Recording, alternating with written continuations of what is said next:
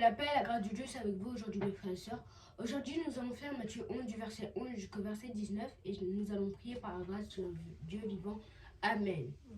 Père, nous te disons merci pour ta grâce et ta miséricorde. Tu es le Dieu de miséricorde, de faveur. Merci pour une semaine de grâce. Seigneur, nous venons ensemble de ta parole, que ta présence, Seigneur, nous aide. Nous te disons merci au nom de Jésus-Christ.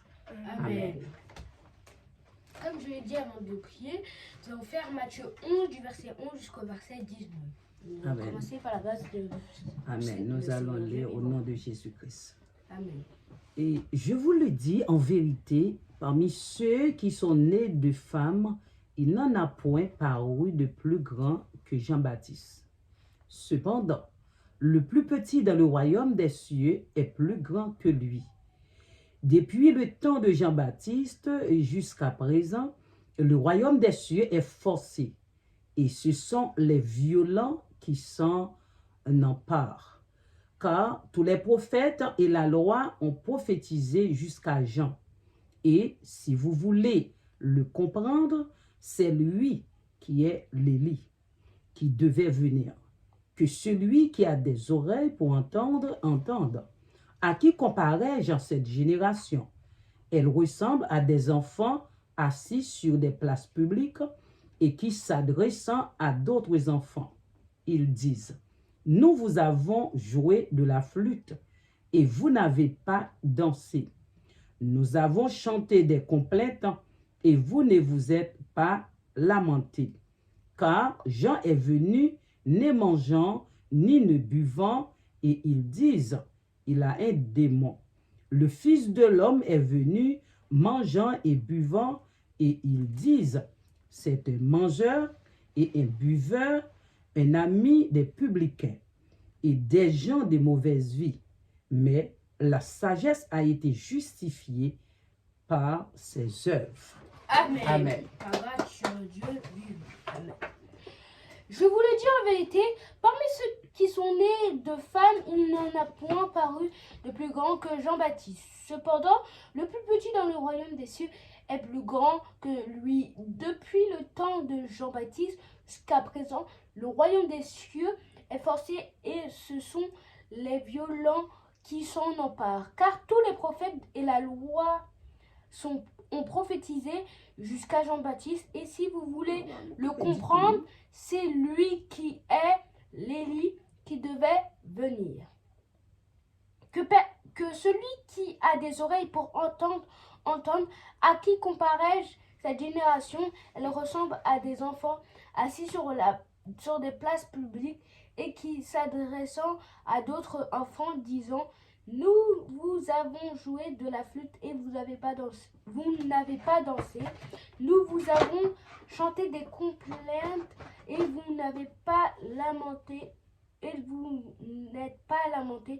Car Jean est venu ne mangeant ni ne buvant et il disait, disant, il a un démon. Le Fils de l'homme est venu mangeant et buvant et ils disent, c'est un mangeur et un buveur, un ami des publicains et des gens de mauvaise vie. Mais la sagesse a été justifiée par ses œuvres. Amen. Amen. Parole du Seigneur Jésus-Christ. Amen. Je vous le dis en vérité, parmi ceux qui sont nés des femmes, il n'en est point paru de plus grand que Jean-Baptiste.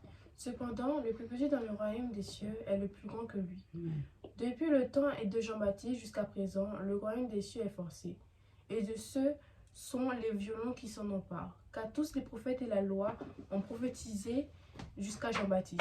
Et si vous voulez le comprendre, c'est lui qui est l'Élie qui devait venir. Que celui qui a de l'oreille pour entendre, entende. À qui comparerai cette génération?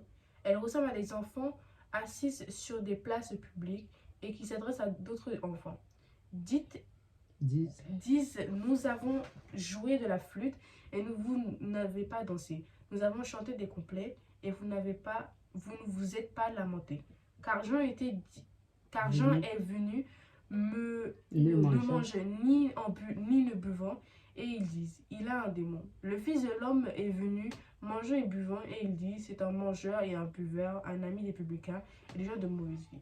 Mais la sagesse a été justifiée par ses œuvres. Amen. Par grâce de Dieu vivant. avant qu'on commence et qu'avant qu'on médite, parce que c'est très important, vous voyez comme la chair n'est jamais satisfaite et va toujours critiquer les autres sur leur apparence ou sur comment ils sont, leur vie. Et chaque petit détail, ils vont enfoncer un clou dans la plaie. Donc nous allons commencer. Je vous le dis en vérité, parmi ceux qui sont nés de femmes, il n'en a point paru de plus grand que Jean-Baptiste. Cependant, le plus petit dans le royaume des cieux est plus grand que lui. En fait, il dit, c'est pas genre plus petit de taille, c'est plus petit mentalement et spirituellement. Parce que c'est pas parce que tu fais trop 1 mètre que t'es plus grand que les autres. Baptiste en sagesse. Hein. Tu peux être le plus riche de la terre, tu peux pas être plus grand que Jean-Baptiste en sagesse. Parce que surtout, ceux qui ont de l'argent, surtout les riches, ils sont plus attirés vers l'argent. Ils veulent toujours plus d'argent, donc ils ne vont pas s'intéresser aux religions ou aux trucs dans le genre. Donc ils vont plutôt aller s'approfondir dans la plaie pour avoir plus d'argent. Et quand ils ont tout l'argent nécessaire, ils vont tout laisser, ils vont s'acheter, ils vont faire n'importe quoi, ils vont tomber en Mais ruine. Jean-Baptiste, c'est une personne Spéciale. pour une mission spéciale. Verset 12. Depuis le temps de Jean-Baptiste jusqu'à présent, le royaume des cieux est forcé et ce sont les violents qui s'en emparent. Ça veut dire que depuis que Jean-Baptiste est venu, le royaume de Dieu il s'enfonce et tout, et que les méchants ils s'emparent plus du royaume des cieux. Bon, ils s'emparent pas vraiment du royaume des cieux parce que Dieu est toujours là pour protéger les trucs. C'est-à-dire qu'ils ont eu plus de liberté car c'était un peu le moment où Jésus descendait du ciel et tout. Non, mais les personnes qui auront la vie éternelle, Ouais, voilà. Ce elle sont a des besoin pauvres. beaucoup d'efforts. Dans le moment Parce qui que, arrive, ils ont beaucoup d'efforts parce que comme c'est le... Parce que Dieu sur la loi, les œuvres faites en action pratique. Mais maintenant, C'est dans le cœur. Donc, C'est le Saint-Esprit qui va travailler nos cœurs. C'est pas on aussi doit rester facile. de la parole pour ça. Pour la parole, pour ça, vraiment. Nous devons rester dans la parole. Car tous les prophètes et la loi ont prophétisé jusqu'à Jean.